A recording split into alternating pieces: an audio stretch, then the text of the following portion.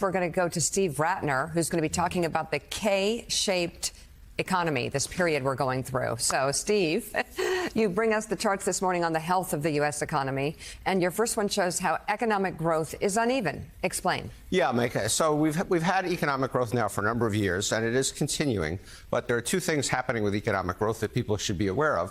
The first is it's generally slowing. It's going from here to here down to just about under 2% in total. From 2.5% in 2024. But what's really interesting is we all talk about AI, and AI is now becoming a significant part of economic growth. AI, back in this whole period here, was only about 10% of economic growth. Now it's 31% of economic growth. And so the actual growth that's filtering down to ordinary Americans is dropping even by more, and it would be 1.1% in the first half of 2025. So that's happening on that side.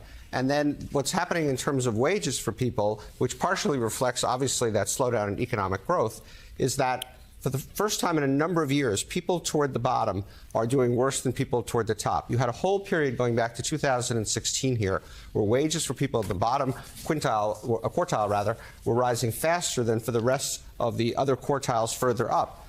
And then you had COVID, of course, but now it's gone the other way. And so people here in the bottom quartile are seeing their wages only going up by about 3.5% a year, while people up here are seeing them grow by more than 5.5% a year. And so we're seeing now rising income inequality for the first time in a number of years.